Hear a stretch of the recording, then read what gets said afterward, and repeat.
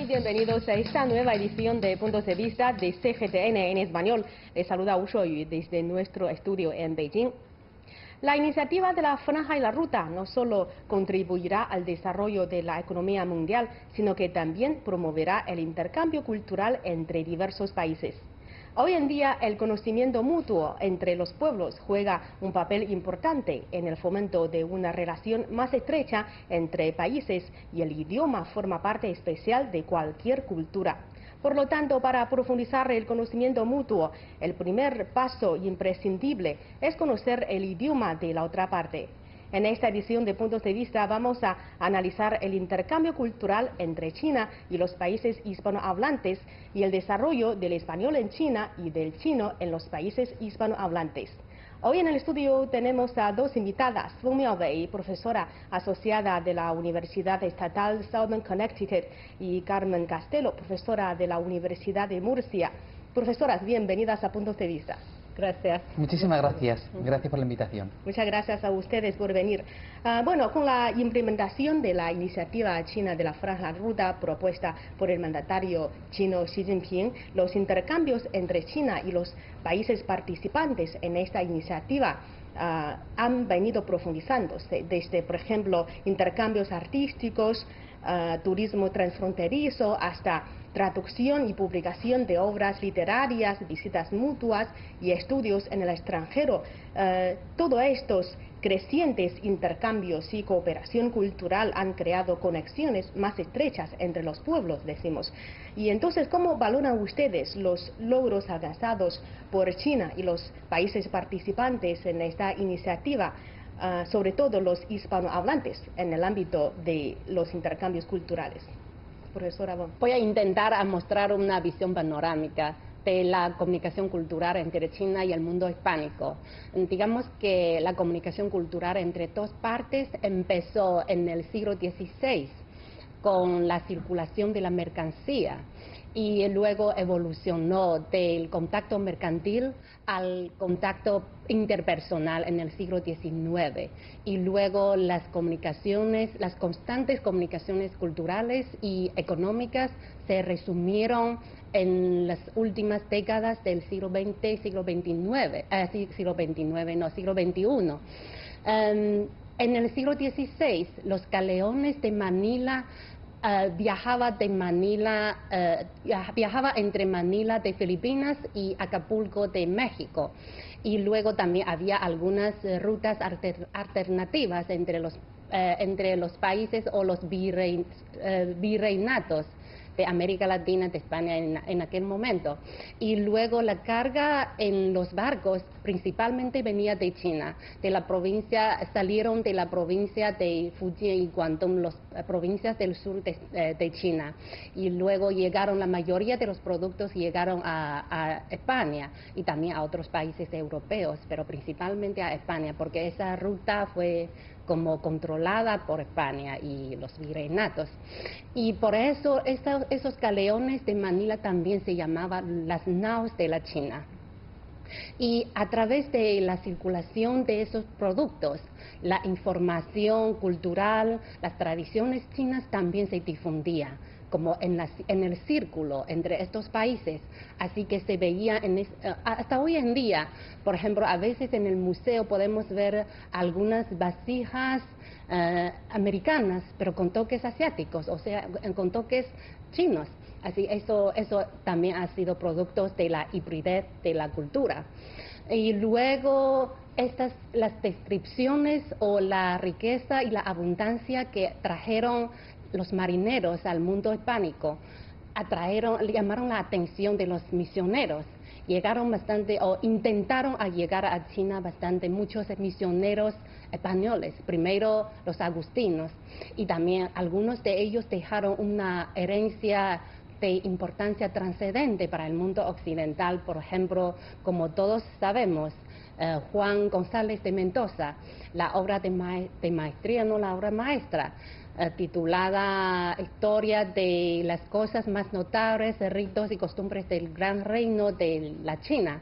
Y esa obra, según mis amigos sinólogos de España, esa obra representaba la primera obra de la sinología en el mundo occidental. Así que todos los investigadores de hoy en día, si necesitan hacer un estudio de China, deberían recurrir a esa obra. Y luego tenemos Martín de Rada y algunas obras o algunos registros muy importantes para el mundo occidental sobre China. Y luego la ruta marítima de la seda se cortó con la guerra de la independencia mexicana. Entonces, como la comunicación parecía estar declive, y luego vinieron los coolies, el trato de los coolies entre China y el mundo hispánico en el siglo XIX. Y estos inmigrantes chinos llevaron consigo las tradiciones y también informaciones culturales de China a los países locales. Así que se producía una cultura híbrida en el proceso de su integración en la sociedad hispánica, y sus descendientes, algunos de sus descendientes sobresalientes, han tenido una influencia enorme en todos los aspectos de los países locales. En el siglo XIX y luego en las últimas décadas del siglo XX y XXI se han resumido una comunicación más frecuente entre el mundo hispánico, el mundo hispanohablante y China también. Sobre todo creo que cabe mencionar la influencia de la literatura latinoamericana en China en los años 80 sobre todo, porque en aquel momento los chinos y los españoles, o los chinos y los latinoamericanos compartían la misma misión de encontrar una manera de expresarse, de contar las historias particulares de sus propios países. Así que con el boom del realismo mágico de esa generación de escritores, los escritores chinos también vieron esa posibilidad, esa manera de encontrar una manera particular de escribir la historia nacional. Entonces había tenido mucha influencia en esa época. Luego se ha traducido bastantes novelas, teatros, poesía, poemas del mundo hispánico, de España, también de América Latina, hasta hoy en día. Y luego ahora hoy en día tenemos muchos congresos entre todas partes, congresos del estudio hispánico, del estudio chino, y también muchas exposiciones como las podemos ver, y festivales de cine y todas esas cosas. Creo que estamos haciendo cosas magníficas. Sí, la profesora Wong habló de por ejemplo, la Nao China, que sabemos que desde el año 2007 México empezó a conmemorar fiesta teniendo en cuenta la fiesta internacional de la Nao China.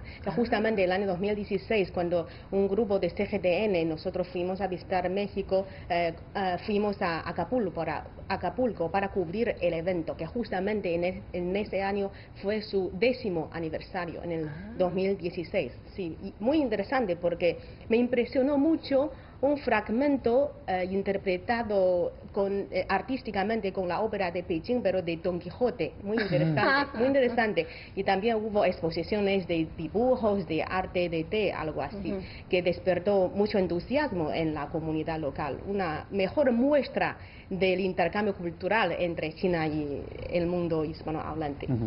Por eso yo creo que tenemos que felicitarnos. Agradezco a la profesora que nos haya hecho este recorrido a través de la historia de forma tan simple, tan didáctica y tan armoniosa. Muchísimas gracias, profesora. Mis respetos por presentar tan bien esta situación. Pero yo creo que nos tenemos que felicitar. Nos tenemos que felicitar porque somos personas. Y yo creo que a las personas nos unen tantas cosas. Y yo creo que es momento de sacar a la luz todo eso que nos une más que nos separa. Entonces yo creo que tenemos que celebrarlo. Porque hay tanto, hemos bebido tanto, todos de tanto, que lo que pasa es que yo creo que antes no se comunicaba. Sin embargo, ahora se da a conocer. Y parece que ahora hay mucha gente que se quiera sorprender. Segurísimo que muchos espectadores se están sorprendiendo al haber escuchado a la profesora. Pero sin embargo, quienes hemos tenido ya un poquito de conocimiento, yo desde mi punto de vista amo mucho a Pekín y voy conociendo cada vez más, entiendo que hay tantas cosas que nos unen que yo creo que el día que estamos celebrando es para celebrar esta unión. Realmente. Bueno, hoy en día el conocimiento mutuo entre los pueblos juega un papel muy importante para las relaciones bilaterales. Tomemos, por ejemplo, China y España como ejemplo. Ambos son países con una civilización y la historia grandiosas. Entonces, con esto en mente, ¿qué tipo de intercambio cultural necesitan China y España para promover una mejor conexión de entendimiento mutuo? Creo que pues muchas veces hago el estudio comparativo o comparado entre España y China. A pesar de muchas diferencias, creo que compartimos también mucho en común, sobre todo en los siglos recientes, muchas historias en común y todo eso, traumas, guerras, conflictos y todo. Así que creo que después de tantos traumas, llegamos a un acuerdo entre los españoles y los chinos. Confío en que la mayoría de los españoles están a favor del diálogo de civilizaciones en vez del choque de civilizaciones, sobre todo en frente de la diversidad de civilizaciones mundiales. Así que si tenemos esto como la base, podríamos esta vista en común nos une, como nos dijo profesora Castelo. Nos une, esta vista en común nos une para que contribuyamos mejor a una comunidad, a una mejor comunidad humana. Así que en este sentido, creo que la comunicación cultural o la conexión cultural o la conexión del conocimiento mutuo se establece a través del contacto personal y también de la difusión de las ideas y los valores. En cuanto al contacto personal, se ve una movilidad impresionante de la gente en ambas partes, por las razones académicas, turistas, económicas, diplomáticas, por todas las razones. Y también en cuanto a la difusión de las ideas y valores, se ve la tradición de las novelas, los artes, los teatros y también las exposiciones, como dijimos. Así que creo que sí estamos en un camino bien felicitable, ¿no? En un sentido. ¿Qué cree usted? Yo lo que pienso es que junto con todas las artes que hay, que se pueden compartir, yo creo, y estoy completamente de acuerdo con usted, en que debemos fomentar las relaciones interculturales. Porque cuando estamos muy lejos, China y España, estamos muy lejos, aunque afortunadamente todo nos acerca y cada vez parece que estamos más cerca, pero estamos muy lejos. Y siempre tienes una visión, cuando desconoces, la cultura es muy mala. Y cuando desconoces tienes un pensamiento, una creencia, que España es de una manera. Hay gente que se cree que España vamos todo el día tocando la pandereta o las castañuelas y que vamos todos con traje de sevillana. Y con el toro. Y comiendo jamón solamente, ¿no? Y hay mucha gente que se cree... y también paella. Y también paella. Y también paella. Y también hay mucha gente que se cree que en China solamente se come arroz. ¿No? O rollito de primavera. Y aquí ni existe eso, ¿no? Pero yo creo que cuando uno conoce el país, empieza a echar por tierra todo lo que ha pensado, o ha creído, o ha imaginado. Por eso para mí es muy necesario los intercambios culturales personales. Yo abogaría por intercambios, sobre todo en la gente joven. Y no solo la gente joven, que son los que se tienen que forjar sus ideas, sino en aquellas personas que ya tienen unas ideas preconcebidas, y para desmitificar. Yo me pensaba que todos los chinos eran bajitos, y ahora me encuentro chinos que digo, pues pueden ser jugadores de baloncesto, ¿no? Y todo eso te va sorprendiendo cada día, pero desde el propio conocimiento. Por eso yo abogo por relaciones, por intercambios culturales auténticos, donde allí puedas confirmar lo que en principio estás viendo en los libros. Bueno, la profesora Castelo habló del conocimiento mutuo entre los jóvenes. Sabemos que el idioma es una herramienta muy importante para la comunicación y es un importante puente para la conexión de conocimiento mutuo. Y este conocimiento mutuo se realiza a través de los idiomas. Entonces, ¿cómo resumirían ustedes el desarrollo del idioma español aquí en China, sobre todo entre los jóvenes? Voy a contar la historia otra vez. Creo que unos años muy cruciales marcan la historia de la enseñanza de español en China. Los siguientes años son el año 1952, es un año muy importante, y luego el año 1960, 1971, 1982, 1997, el año en que entré en la universidad, y 2007. Estos años marcaron la historia de la enseñanza de español en China. Voy a contar por qué. El primer departamento de español se fundó en el año 1952, después de una anécdota muy interesante. Pues interesante entre comillas. En el mismo año se celebró el Congreso de la Paz de las regiones de Asia y el Pacífico en China. Y creo que un participante chileno, era un poeta chileno, propuso que necesitáramos una traducción de español para el Congreso. Era una propuesta muy natural, porque había como más de 100 participantes del mundo hispánico, pero en aquel entonces se dio cuenta en China de que no había ese servicio, porque no había nadie que pudiera hablar el idioma y utilizar el idioma en un congreso. Entonces, el primer departamento de español se fundó justo después, al final de ese año. Creo que el congreso se celebró en octubre, y luego el primer departamento de español se fundó en diciembre del 1952 en la hoy Universidad de Estudios Extranjeros de Beijing, con 24 estudiantes seleccionados de otros departamentos, de francés, de inglés.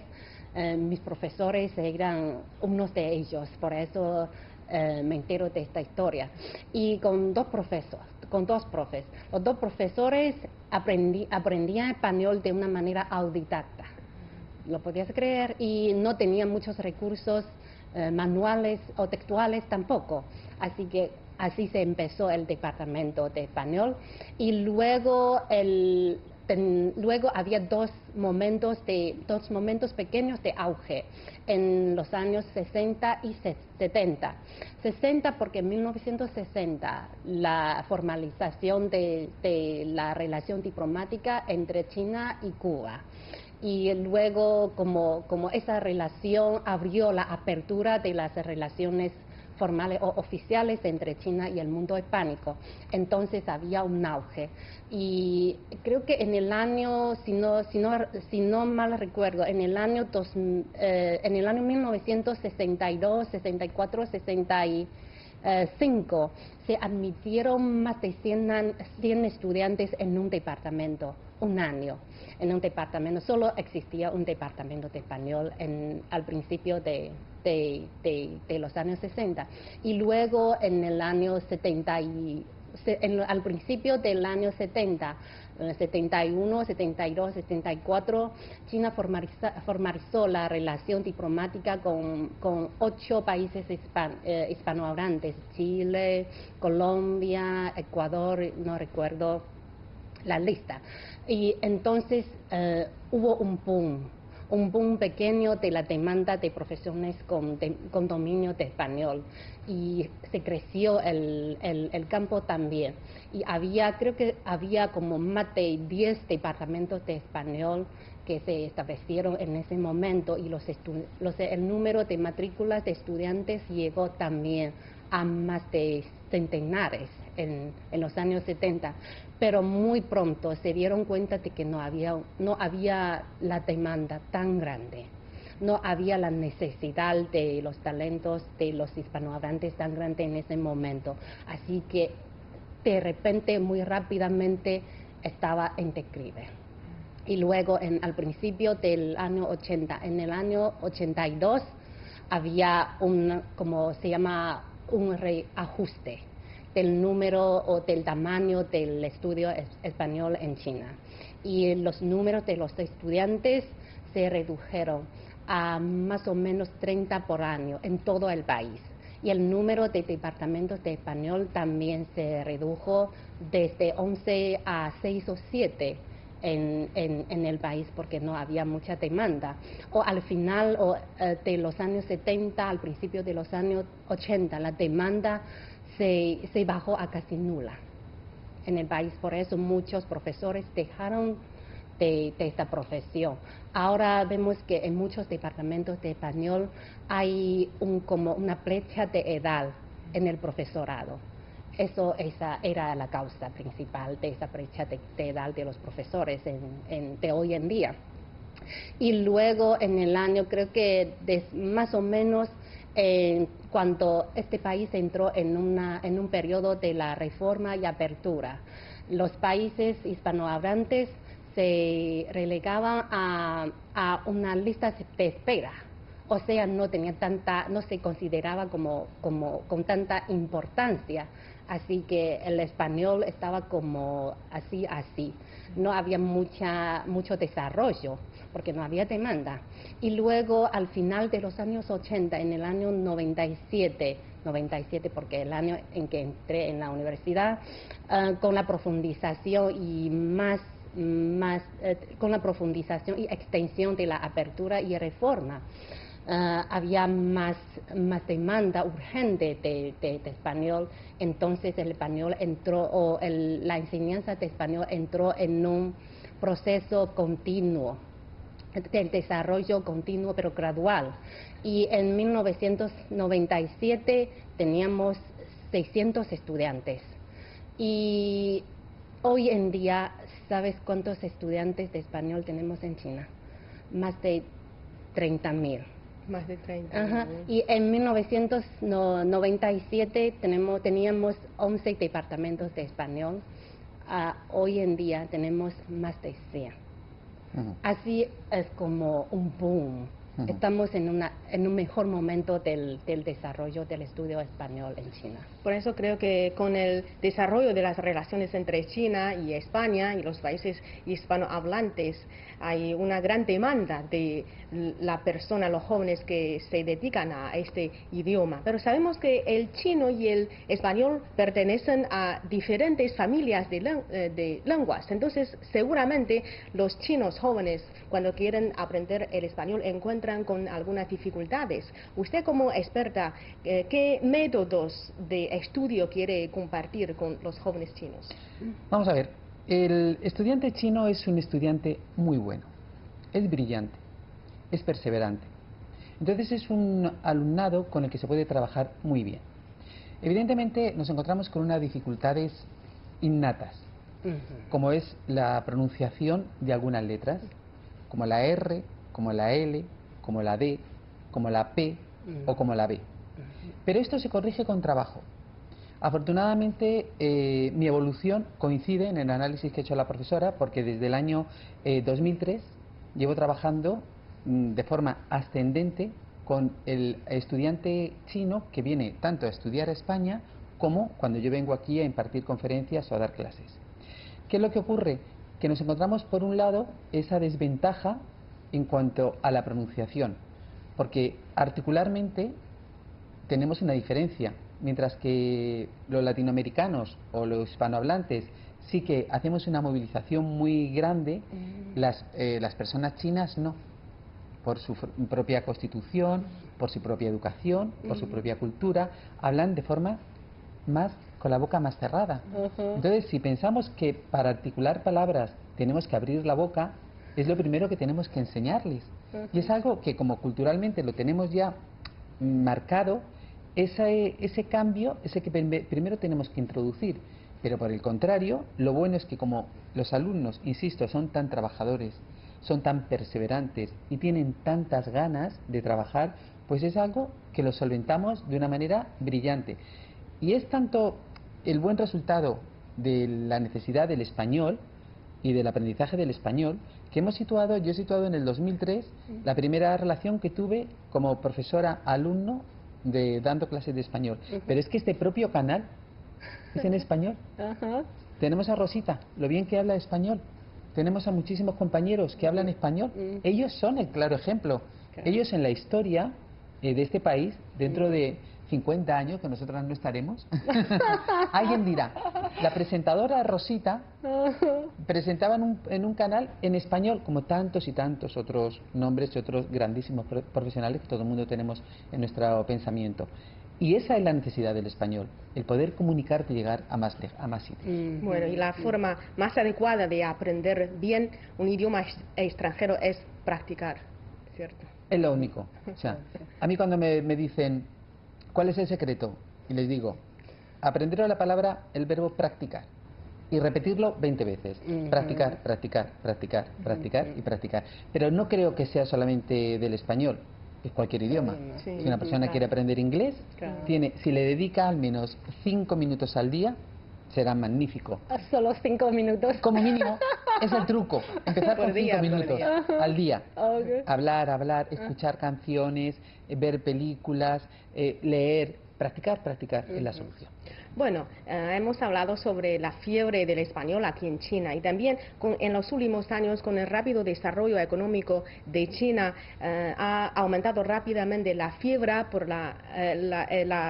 por la investigación y el aprendizaje del idioma chino a nivel mundial. Tenemos unas cifras que son para el día 31 de diciembre del año pasado, 2018, se habían establecido 548 institutos Confucio y 1.193 aulas Confucio en 154 países y regiones de todo el mundo. ¿Podría explicarnos la ampliación de la enseñanza y el conocimiento del idioma chino en los países hispanohablantes, por ejemplo? Yo lo tengo muy claro. Si los españoles quieren hacer negocios con China, tienen que conocer su idioma. No hay otra opción. Entonces, ¿qué es lo que ocurre? Por ejemplo, en los institutos oficiales de idioma españoles ya está el chino. Antes había un alumno, era una rara avis, y sin embargo ahora hay lista de espera. Oh, wow. Se contrata a profesores, a personas chinas que están en España para trabajar, para perfeccionar el idioma. Pero es que cada día nos encontramos con grandes empresarios, hablo de la ciudad que conozco, yo provengo de Murcia, y quieren invertir en China. Y una cosa es tener tu traductor y otra cosa es que tú tengas el dominio del idioma. Yo lo veo como una necesidad.